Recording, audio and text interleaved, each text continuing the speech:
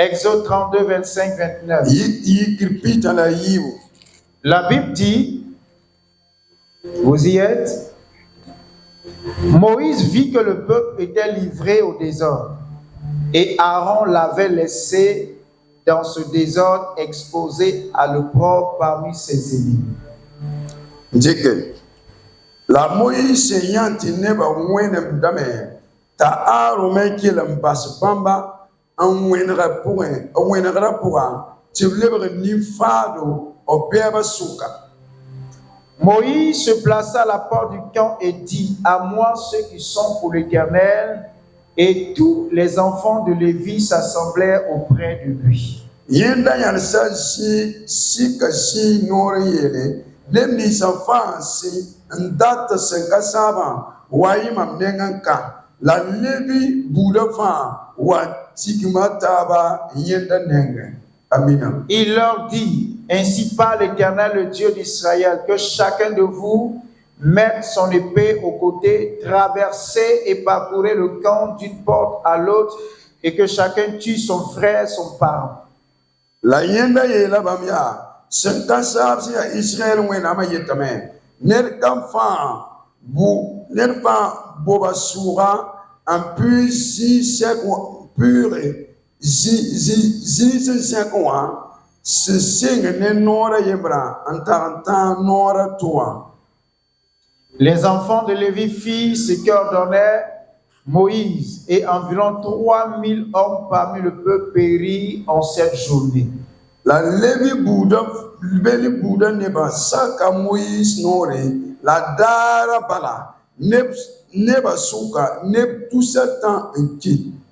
Moïse dit: consacrez-vous aujourd'hui à l'Éternel, même en sacrifiant votre fils et votre frère, afin qu'il vous accorde aujourd'hui une bénédiction. Den a Moïse la neba ya runda abe yam souti kes mam Diora Tumna Yel Senkase War Yinga Tibarg Ziniam Zugu Moissan Bala Yam Ner Kamfa Kiska Biga La Ababiga. Amen. Amina. Alors, vous savez, depuis que j'ai commencé à devenir lecteur de la Bible, voici l'un des passages qui m'a tout le temps intrigué. Chaque fois que je lis ce texte-là, je ne comprends pas la pensée de Dieu. Et je me dis, mais comment Dieu peut-il agir ici? Regardez, la Bible dit qu'il y a eu combien d'hommes qui sont tombés ce jour? Environ 3000. Ce n'est pas 30, ce n'est pas 300, mais 3000. Il y a des villages qui ne valent même pas 1000 habitants. Mais 3000, c'est énorme. C'est beaucoup de cadavres. C'est beaucoup de morts. C'est beaucoup de peines. C'est beaucoup de funérailles. Beaucoup de désolation. Des vies arrachées. Et je me suis toujours posé la question, mais pourquoi, Seigneur? N'es-tu pas le Dieu miséricordieux? N'es-tu pas ce Dieu qui fait grâce, qui appelle à la repentance, à la repentance des pécheurs? Mais pourquoi exceptionnellement ce jour, environ 3000 hommes sont-ils tombés par le tranchant de l'épée? Pas d'un ennemi, mais des propres frères. Moïse dit: tuez vos enfants, tuez vos parents et consacrez-vous, afin que Dieu vous accorde aujourd'hui une bénédiction. Waouh! C'est fort pour moi.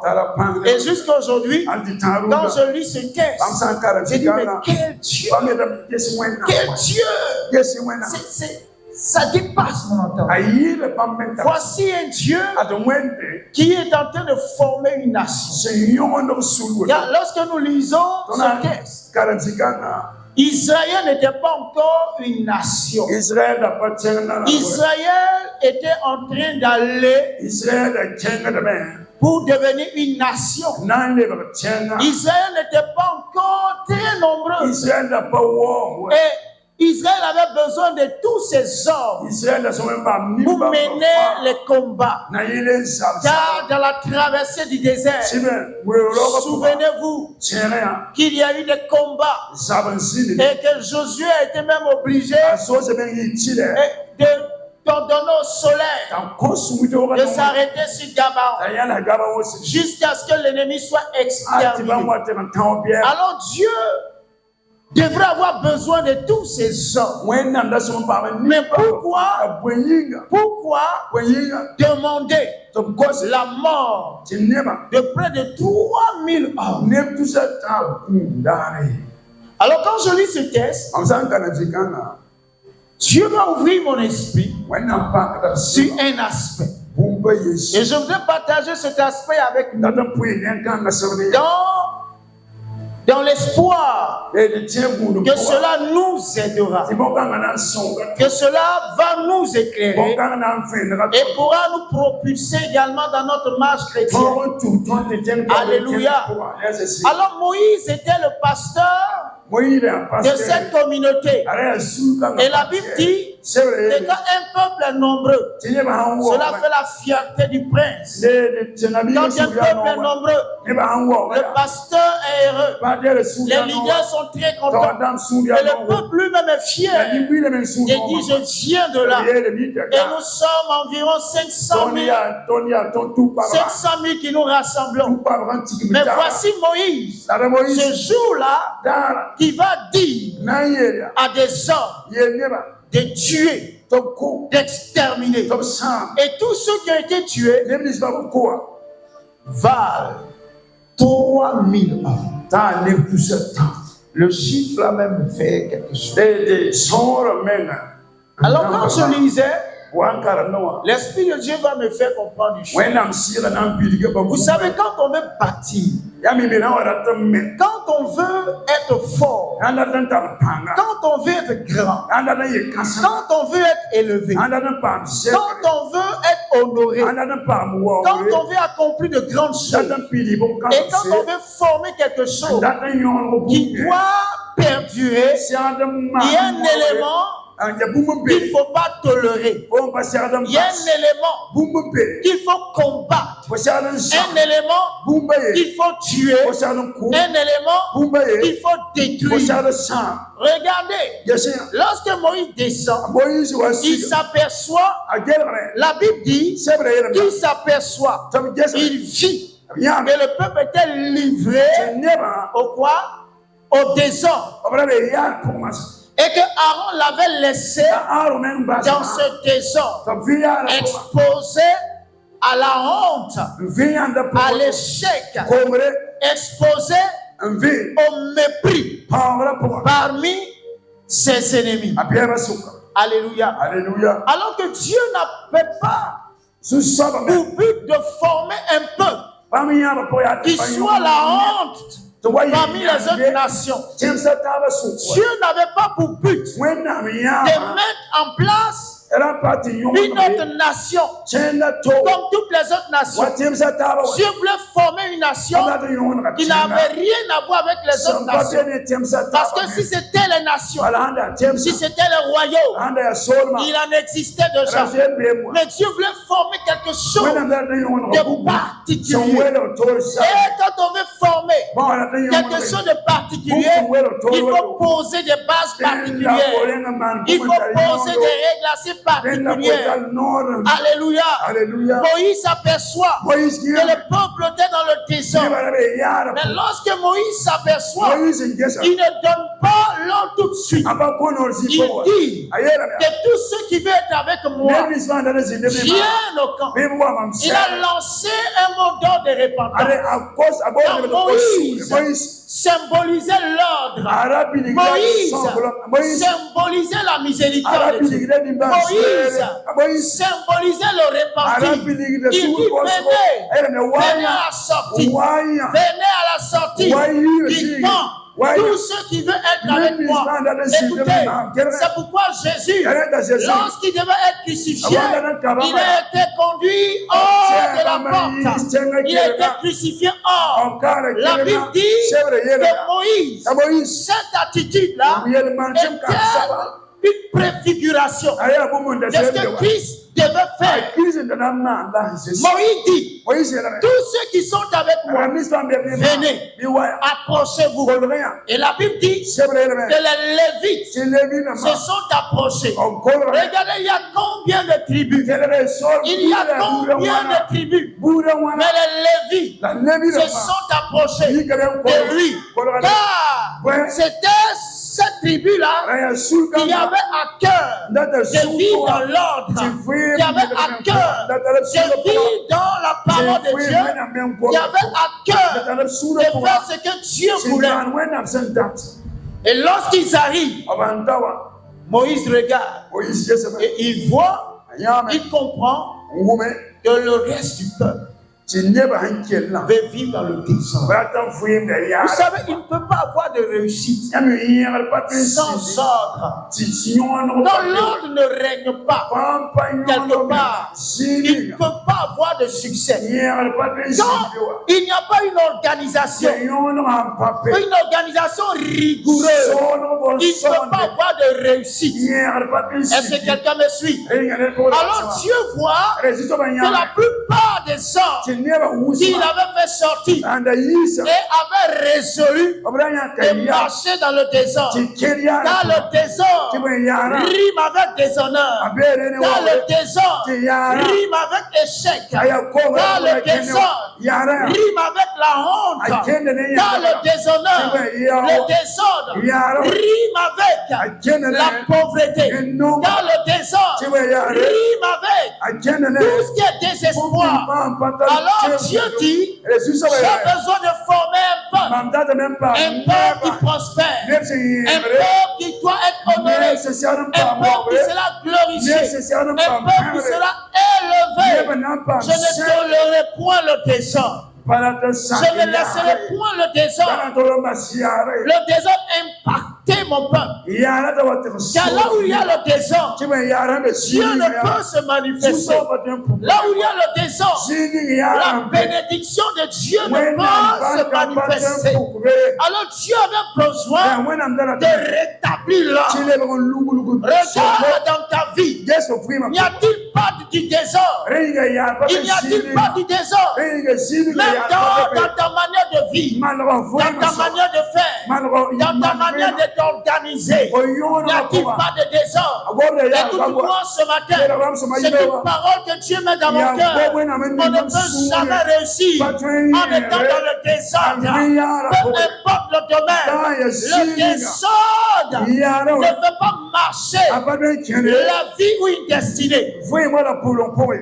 C'est pourquoi dans le livre de la Genèse, chapitre 2, le verset 16, la Bible dit que l'Éternel donna ce don d'alors.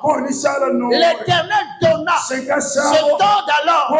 Tu pourras manger de tous les fruits du jardin. Mais quant à l'arbre qui se trouve au milieu du jardin, tu ne le toucheras pas.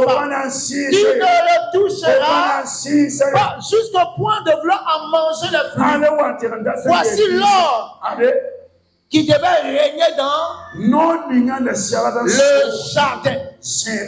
Qui devait régner dans le jardin pour que Adam et Ève puissent prospérer. Mais le diable savait que là où il y a des hommes, là où il y a des hommes, il y a opprobre. Il y a la honte, il y a rabaissement, il y a perte, il y a perte de gloire, il y a perte d'honneur, il y a perte de trône. Alors le diable se présente et il dit à la femme, tu sais, Dieu est trop compliqué. L'ordre ne rime à rien. Ça ne sert à rien d'être ordonné. Ça ne sert à rien d'être rangé. Ça ne sert à rien de faire les choses comme il se doit. Écoute, pourquoi aller toujours de la droite vers la gauche? Et pourquoi ne pas aller aujourd'hui de la gauche vers la droite? Fais et tu verras. Lorsque la femme a décidé d'aller à l'encontre de l'ordre qui a été établi, la Bible dit que la mort a frappé ce couple qui était appelé à vivre éternellement, qui était appelé à avoir une destinée éternelle. Aujourd'hui, le désordre accepté par Adam et Ève crée toutes sortes de douleurs dans ce monde. C'est pourquoi, bien aimé, tu dois comprendre que la base de toute réussite, c'est l'ordre. La base de toute réussite, c'est l'ordre. Et je vais prier ce matin pour nous, pour que l'esprit d'ordre puisse se saisir de nous. Dans tous les domaines de notre vie, nous avons besoin d'être ordonnés. Nous avons besoin d'être réglés. Nous avons besoin d'être réglés, ordonnés. Et comprendre ce que Dieu veut. Car celui qui veut être grand doit dès à présent, dès le début, se séparer du désordre. Est-ce que tu me comprends? Le désordre ne fait pas grandir. Le désordre ne mène nulle part. Le désordre n'honore personne. Mais l'ordre en retour va t'honorer. Je n'ai jamais vu cette horloge. Vous avez vu l'horloge que nous avons placée derrière. L'horloge a une manière de tourner. Souvent, on dit dans le sens de l'aiguille de la montre.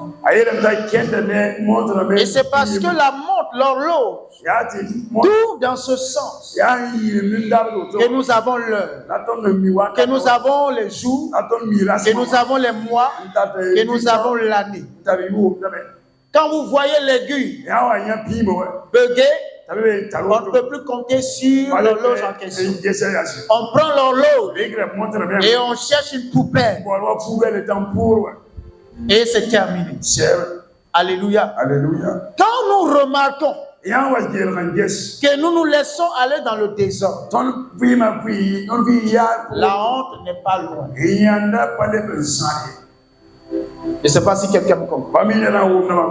Et l'ordre, c'est à tous les niveaux. Le diable a tellement travaillé et le désordre est tellement ancré dans nos habitudes que aucun lieu n'est épargné. On peut commencer même dans la première cellule créée par Dieu, la famille. Regardez le désordre qui règne souvent dans les familles. Et quand une famille vit dans le désordre, cette famille ne pourra pas aller loin. Elle ne pourra pas accomplir de grandes choses. Mais quand une famille, petite soit-elle, est ordonnée, réglée, disciplinée, elle pourra accomplir de grandes choses. C'est pourquoi quand Jésus est venu, il n'a pas pris 1 million de disciples. Il a pris 12. Et il les a appelés disciples. Donc disciples, il y a l'ordre, il y a l'organisation. Chacun devait savoir ce qu'ils doivent faire. Alléluia. Chacun savait ce qu'il avait à faire. Et les 12 personnes, même si Judas après a trahi, a été remplacé par Matthias. Ces 12-là qui ont marché dans l'ordre, qui ont été organisés, ont impacté le monde entier. C'est pourquoi nous avons besoin d'ordre. La Bible dit encore dans le livre de Tite chapitre 1, 5 à 9, je te laisse en Crète afin que tu mettes en ordre ce qui reste à à régler. Tite chapitre 1, le verset 5 à 9. Je t'ai laissé en Crète afin que tu mettes en ordre ce qui reste à régler et que selon mes instructions, tu établis des anciens dans chaque ville. Si tu trouves quelqu'un irréprochable, mari d'une seule femme, ayant des enfants fidèles, il ne soit ni accusé de débauche, ni rebelle, car il faut que l'évêque soit irréprochable, comme économe de Dieu, qui ne soit ni arrogant, ni colère, ni adonné au vin, ni violent, ni porté à un gain déshonnête. Je m'arrête là. Regardez la mission que Paul a donnée à Tite. C'était d'organiser l'église. Parce qu'une église qui n'est pas organisée, quelle que soit l'onction, cette église ne pourra pas aller. Souvent, quand nous regardons l'église catholique, souvent nous disons que l'église catholique, les gens ne sont pas convertis. Mais vous savez la force de l'église catholique, c'est le sens de l'organisation. L'église catholique est ordonnée. Personne ne se lève pour dire quoi que ce soit. Et l'hierarchisation qui a été faite est respectée et honorée. À la différence de nos églises évangéliques où nous disons avoir le Saint-Esprit, où nous parlons en langue, où nous avons des visions, où nous avons des révélations, mais le désordre règne. Ce qui fait qu'il y a des ministères, malgré l'onction, malgré le feu, ces ministères peuvent disparaître un jour. Quand nous n'avons pas l'esprit d'ordre et d'organisation, ce qui existe aujourd'hui peut disparaître demain. Je ne sais pas si tu me comprends. Dans le livre de Hébreux chapitre 2, vous allez constater que dans ce texte, la Bible dit que celui qui sanctifie et celui qui est sanctifié sont tous issus de la même tribu, issus du même sang. Vous parlez de Lévi et des autres tribus, issus du même sang. Vous parlez également de Jésus et de nous. Mais ce n'est pas parce que celui qui sanctifie et celui qui est sanctifié sont issus du même sang qu'ils doivent régner un désordre. Je ne sais pas si tu comprends. Le sanctifié et le sanctificateur sont tous issus du même sang. Mais les sanctifiés doivent honorer celui qui sanctifie.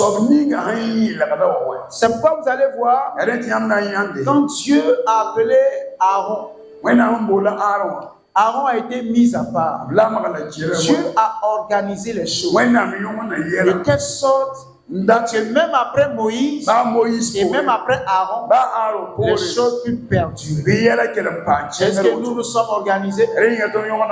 Est-ce que nous avons une organisation solide? Est-ce que nous sommes... Est-ce qu'il y a de l'ordre dans ce que nous faisons? Paul a laissé Tite juste pour organiser les choses.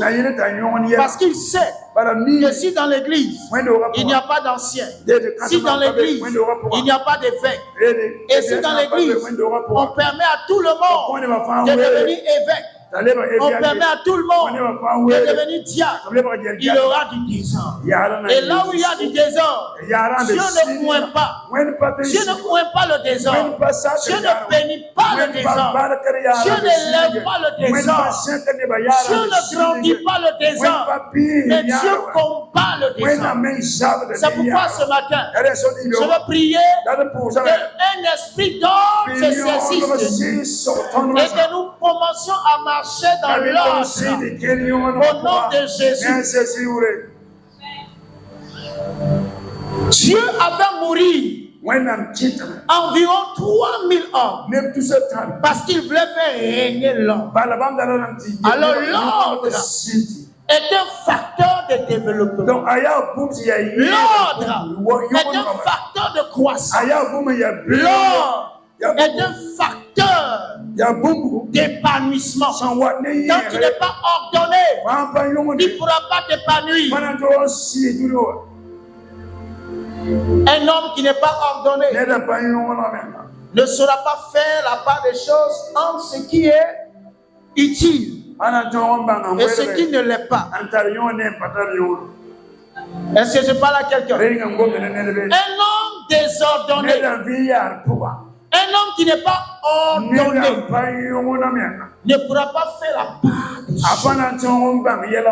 L'argent qui doit servir à prendre soin de la famille sera utilisé autrement. Et quand tu es organisé, quand tu es ordonné, cet argent, tu sais où l'injecter, tu sais où le mettre. Je prie que l'esprit d'or se saisisse de nous au nom de Jésus. Et que tout esprit de désordre soit ôté de nos vies et de nos maisons dans le nom de Jésus. Écoutez, il ne suffit pas seulement d'avoir l'onction. Jésus avait l'onction. Il a même l'onction. Mais il a organisé ses disciples. Il a même dit à Pierre, qui est Pierre, et si c'est Pierre, je bâtirai. Il a dit par là, il a montré par là, de manière indirecte, que Pierre serait celui-là qui serait au devant. Il serait le chef.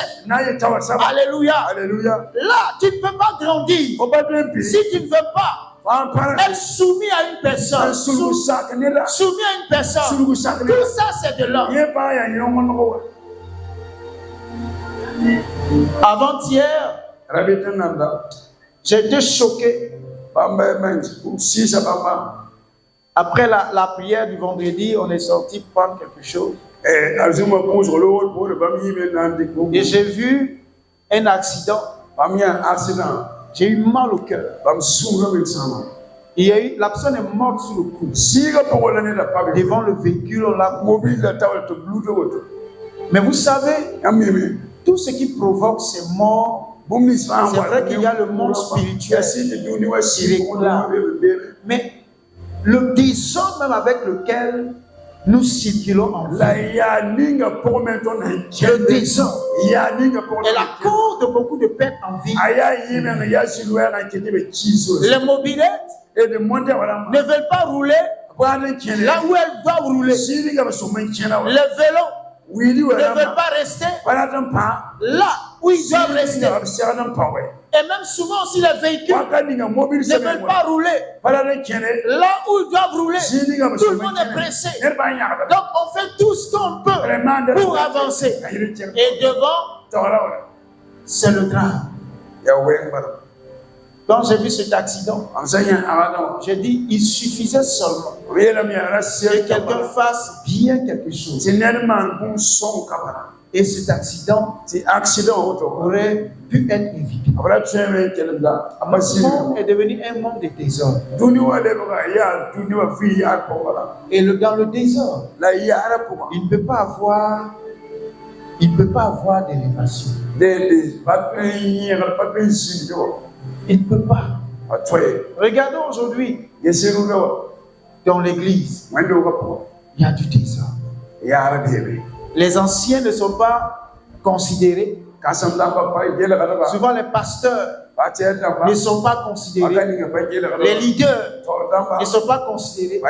Les épouses de femmes, les épouses des pasteurs ne sont pas considérés. Et ça crée un désordre. Un désordre. Et ce désordre-là, on peut accuser Satan. Mais tant que ce désordre sera là, Satan n'a pas besoin de nous attaquer. Nous-mêmes, nous allons nous autodétruire. Alléluia. Alléluia. Si à la maison, Monsieur est désordonné. Madame est désordonnée. Écoutez, laissez la vieille mère qui est au village. Vous-même là, Satan quand il s'assoit, il vous regarde. Il sait que vous-même, vous allez vous détruire. Donc il va sur un autre terrain. Il vous laisse. Il dit bon, eux, ils ont déjà comme consciencieux qui s'organisent. Je prie qu'en cette année, il y a un esprit d'ordre. Au nom de Jésus, un esprit d'ordre, car Dieu combat le désordre. Dieu s'oppose au désordre. Dieu limite ceux qui sont dans le désordre. Avant de te lever, il t'invite à sortir du désordre, à venir au camp, à te tenir auprès de Moïse, à te tenir à la croix de Golgotha. Là, tu te remets dans l'ordre, alors tu pourras avancer. Que le désordre qui nous suivait soit écarté. J'ai vu souvent des gens tellement désordonnés qui ont peut-être épargné 1 million. Je vous assure, à part les 1 million, qui n'ont pas d'autres revenus, mais qui sont prêts à prendre les 1 million pour aller acheter. C'est pas une moto qui vient de sortir. Donnez-moi un autre exemple. Comment? iPhone. Voilà. Un iPhone. Parce que on veut simplement être à la mode. Mais ça, c'est un désordre. Alléluia. C'est un désordre. Même encore sur le iPhone, c'est pour peut-être ton commerce. Faire de bonnes vidéos. Parce que tu as une page pour pouvoir vendre tes articles. Là, je suis d'accord. C'est un investissement qui va te rapporter. Mais tu ne peux pas avoir un iPhone simplement pour le tenir. Et en public, vous savez, les gens qui tiennent les iPhones, souvent en public, ils font tout pour qu'on sache qu'ils ont un iPhone. C'est tout. Voici leur satisfaction. Mais un bon matin, le iPhone va tomber. Il y a des iPhones qui résistent à l'eau. Mais pour toi, ça va tomber dans l'eau chaude. Et puis c'est gâté. 1 million à Ouye, terminé. À Bana, à Serre. Alléluia. Soyons ordonnés. Alléluia. Tu as 30 000. Ne va pas t'acheter un pain hollandais. Sois organisé. Donne-moi un amen. Prends pas les 30 000 pour aller acheter pain hollandais. Il y a des pains de 7 000, 7 000. Prends pas t'acheter 2 pains. Ça va combien? 14 000. Va voir la sœur Nadège ou la sœur Elisabeth ou la sœur Maman Sowedo. Vont te coudre de bons ensembles qui va porter et tu seras fier. Il y a Maman Jacques aussi qui coupe. Arrête de dire non. Ma voisine a porté un pain hollandais. Est-ce que tu sais combien ta voisine a dans son corps? Alléluia. Soyons ordonnés. Ordonnés. Et le Seigneur nous élève. Le Seigneur nous bénit. C'est pourquoi la Bible dit de ne pas mépriser les faibles commencements. Soyons organisés. À l'église, je reviens. Quand on établit un responsable, il faut respecter le responsable. Car Dieu est respecté derrière ce responsable. Quand tu manques de respect à un leader, peu importe sa nature, c'est à Dieu que tu manques de respect. C'est Dieu que tu déshonores. Je ne sais pas si tu comprends ça. Peu importe qui tu es, mais si tout de suite, je prends le petit Samuel, je dis Samuel, tu es responsable de telle chose. Si tu déshonores Samuel, alors c'est Dieu que tu déshonores. C'est pourquoi soyons ordonnés. Soyons ordonnés. Alléluia. Voyons Dieu au-delà des individus et marchons dans l'ordre. Je vous assure, quand Moïse est revenu et qu'il a fait sortir le peuple d'Israël, arrivé à un certain moment, il y a eu des rébellions. Personne ne voulait écouter Moïse. Quand Moïse parle, il y a des personnes pour toujours parler. Quand Moïse dit ceci, il y a toujours cela. Il y avait du désordre. Et ce désordre-là a conduit le peuple à se livrer dans les choses. Parce que finalement, il n'avait plus peur de Moïse. Il ne craignait plus Moïse. Et même celui que Moïse a responsabilisé, Aaron. Parce qu'ils sont venus, ils ont dit à Aaron, mais laisse-nous un peu nous divertir. Parce qu'en Égypte, il y a des boîtes de nuit. En Égypte, il y a des maquis. En Égypte, on fait le show. On est dans le désert. Mais laisse-nous un peu nous amuser. C'est pourquoi aujourd'hui à l'église, pour attirer souvent, on est obligé d'organiser certaines soirées de divertissement pour divertir le peuple.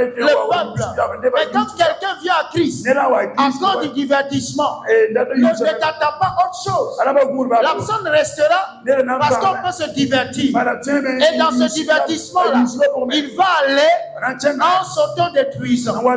Mais la chose qui transforme véritablement, c'est l'onction du Saint-Esprit. La chose qui transforme véritablement, c'est la puissance de Dieu. Alléluia. Qui n'a pas besoin de tes hommes pour être heureux. Qui n'a pas besoin de te laisser aller. Il y a des choses que Dieu condamne. Restons ordonnés. Je lis un dernier texte. 1 Corinthiens chapitre 14.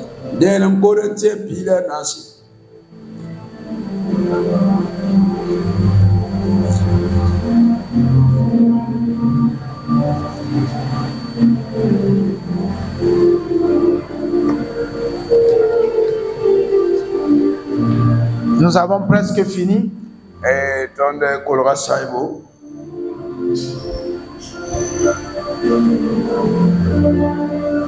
Amen. Amen.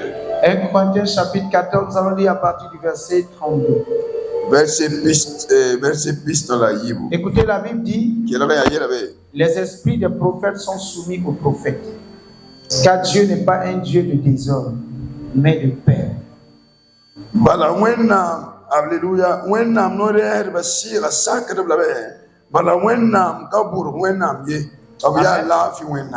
Je vais m'arrêter là. Les esprits des prophètes sont soumis aux prophètes, car Dieu n'est pas un Dieu de désordre, mais de paix. Ce qui suit, ça c'est autre chose. Car Dieu n'est pas un Dieu de désordre, mais de paix. Ça veut dire là même où il y a le désordre, là où il y a le désordre, il n'y a pas de paix. Car Dieu n'est pas un Dieu de désordre, mais de paix. C'est ce que ce texte-là veut dire. Là où il y a le désordre, il n'y a pas de paix. Regardez, quand chacun vit comme il veut, il fait ce qu'il veut, il va avoir des conflits. Quand chacun fait ce qu'il veut, vit comme il veut, il va avoir des conflits. Mais quand on vit selon l'ordre établi par Dieu, il va avoir la paix. Il va avoir l'amour. Il va avoir la joie. Je prie ce matin que le Dieu d'or puisse relâcher sur nous son esprit d'or au nom de Jésus. Que dans nos entreprises, nous soyons organisés dans le nom de Jésus. Dans nos maisons, il y a de l'ordre. Et dans cette église, il y a de l'ordre. Dans notre manière de vivre, il y a de l'ordre. Car Dieu résiste au désordre. Dieu combat le désordre. Et Dieu bénit l'ordre au nom de Jésus. Il va te tenir debout.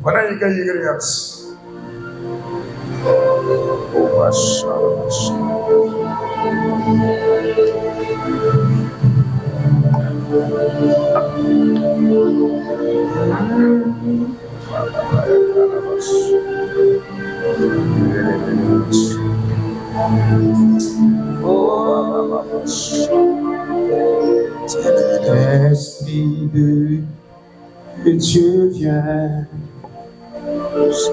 c'est l'heure, nous t'appelons. Tu vois? Esprit de Dieu.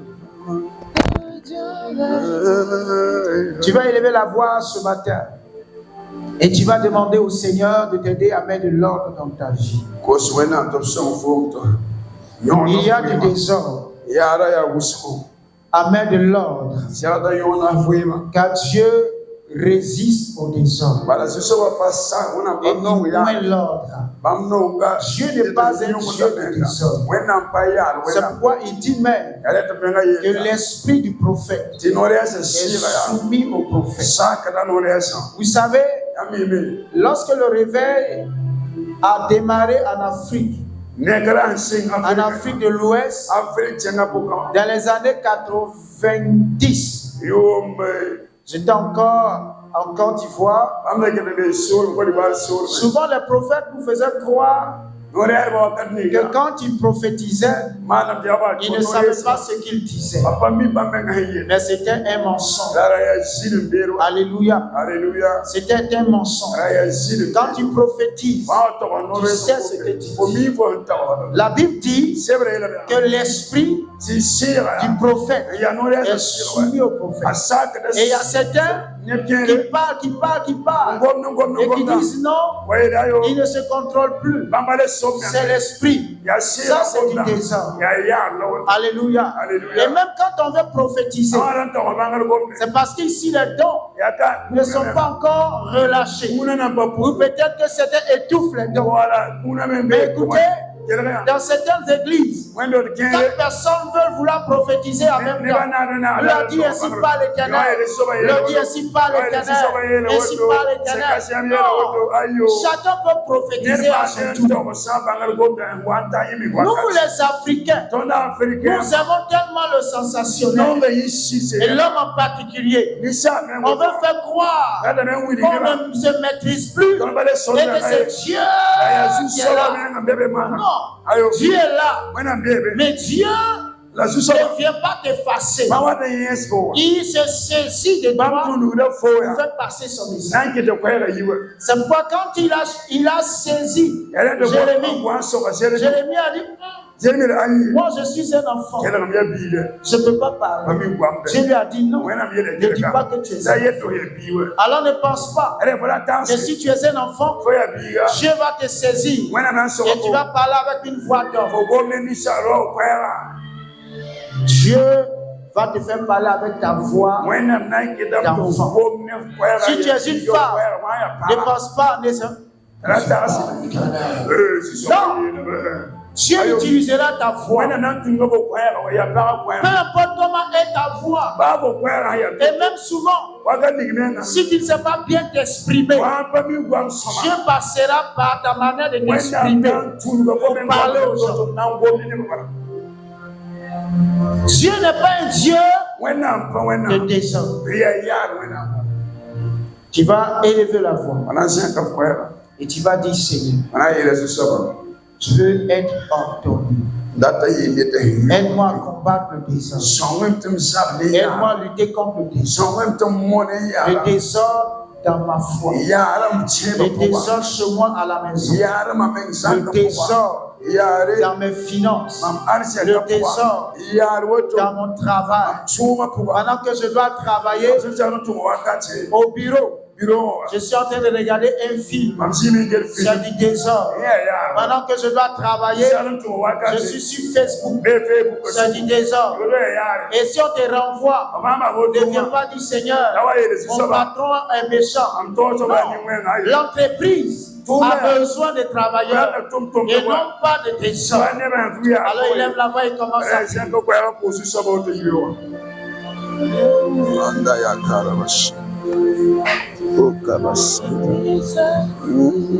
Tu sais satisfaire un cœur qui te cherche. Tu en es capable. Tu sais satisfaire un cœur qui te cherche. Tu en es capable, Seigneur. Oui, prie. Éternel, il y a du désordre. Il y a du désordre. Il y a du désordre. C'est pourquoi nous sommes couverts de honte. C'est pourquoi nous ne connaissons pas le succès. C'est pourquoi la réussite nous échappe, Seigneur. C'est pourquoi nous ne comprenons rien. Le désordre, Seigneur, n'apporte pas de vision. Le désordre n'apporte pas de révélation. Le désordre n'apporte pas la santé. Le désordre n'apporte pas la vérité. Le désordre n'apporte pas l'élévation. Mais le désordre rime avec déshonneur. Le désordre rime avec Seigneur, destruction. Le désordre apporte l'humiliation. Le désordre apporte le retard. Le désordre apporte l'angoisse. Le désordre produit la pauvreté. Le désordre produit la perte de temps. Le désordre produit la mort. Le désordre produit la fuite de nos richesses. C'est pourquoi ce matin, nous prions maintenant pour que l'Esprit d'Or vienne maintenant. Il y ait l'ordre. Il y ait l'ordre dans cette église.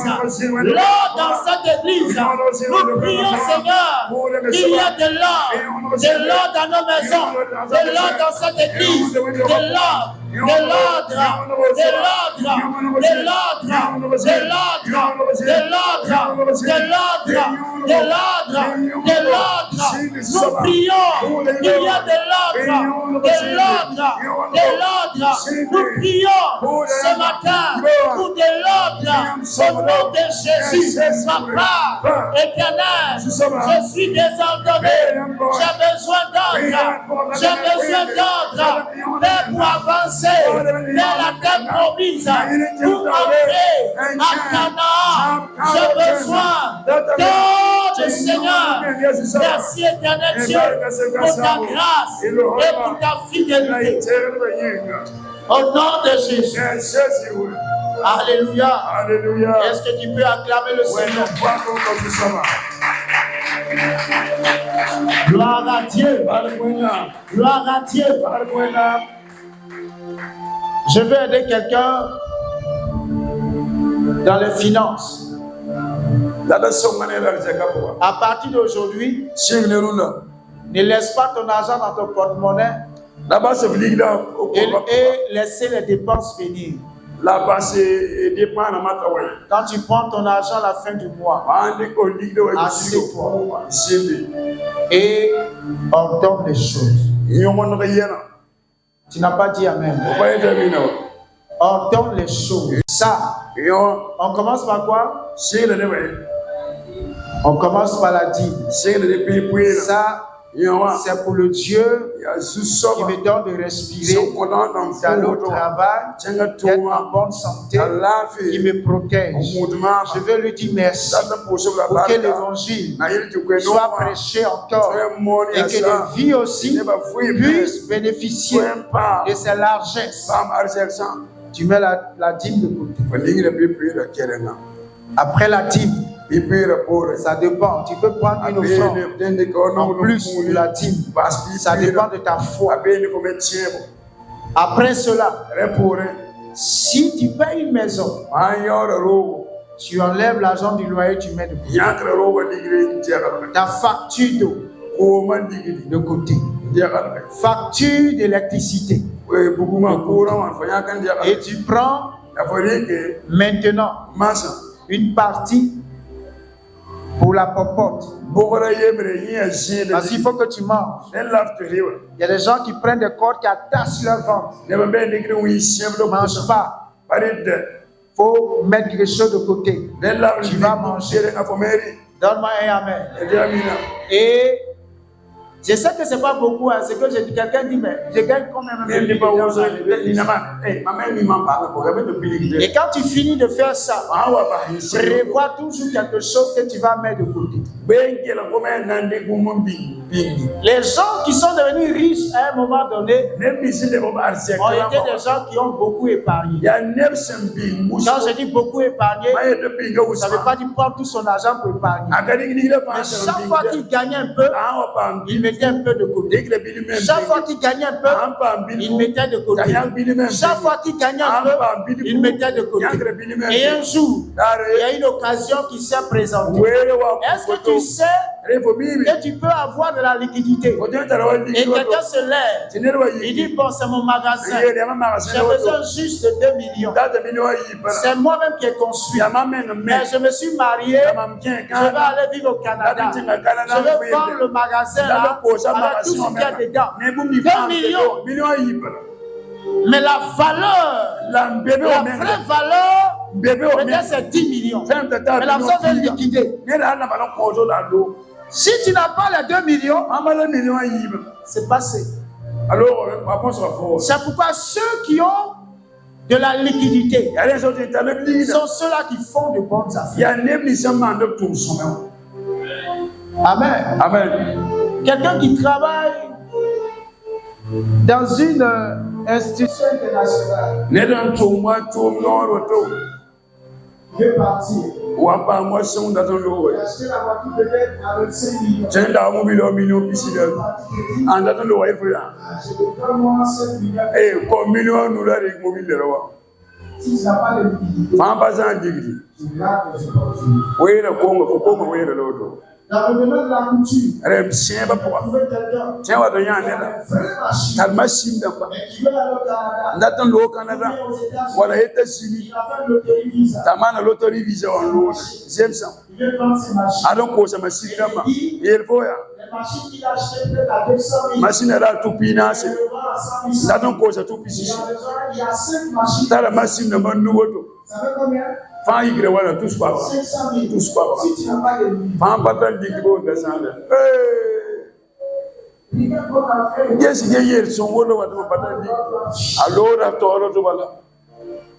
c'est pourquoi il faut toujours mettre quelque chose de pas manger. C'est quoi dans chaque fruit que tu fais, il met toujours un noyau. Peut-être la banane n'a pas de noyau. Elle n'a pas de noyau. Je sais comment le faire.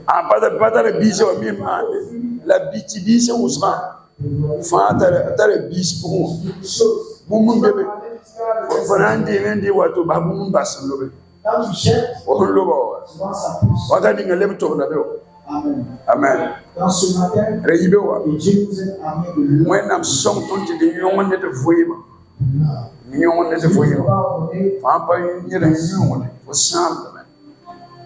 Quand tu n'as pas de l'argent de côté,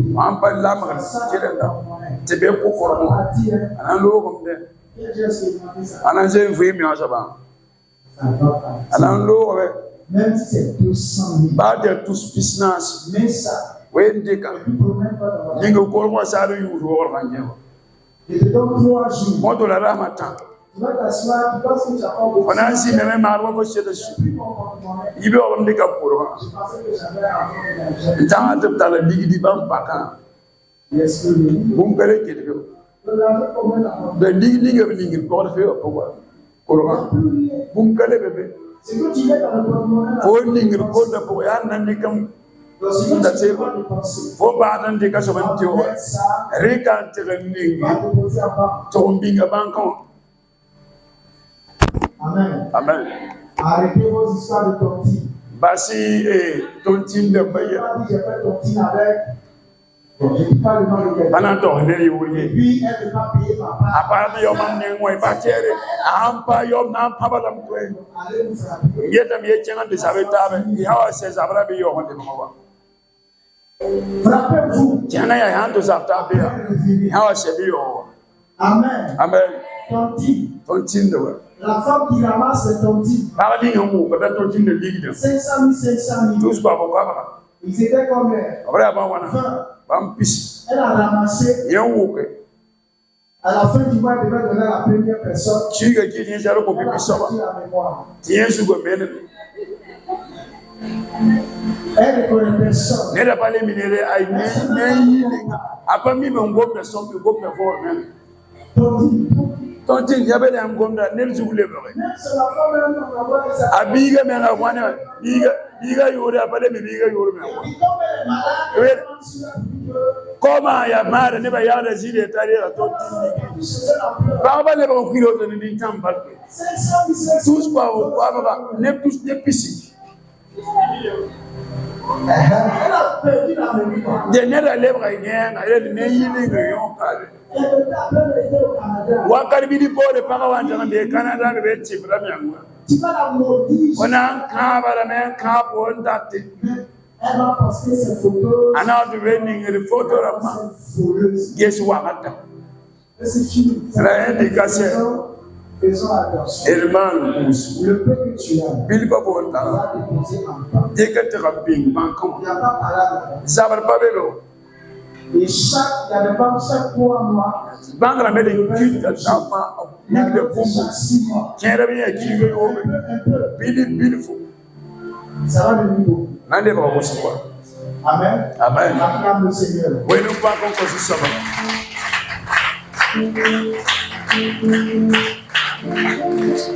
Alors, ça fait quelque temps, nous avons parlé de. Nous sommes au 5e mois. Donc dans le kigo nous so ba.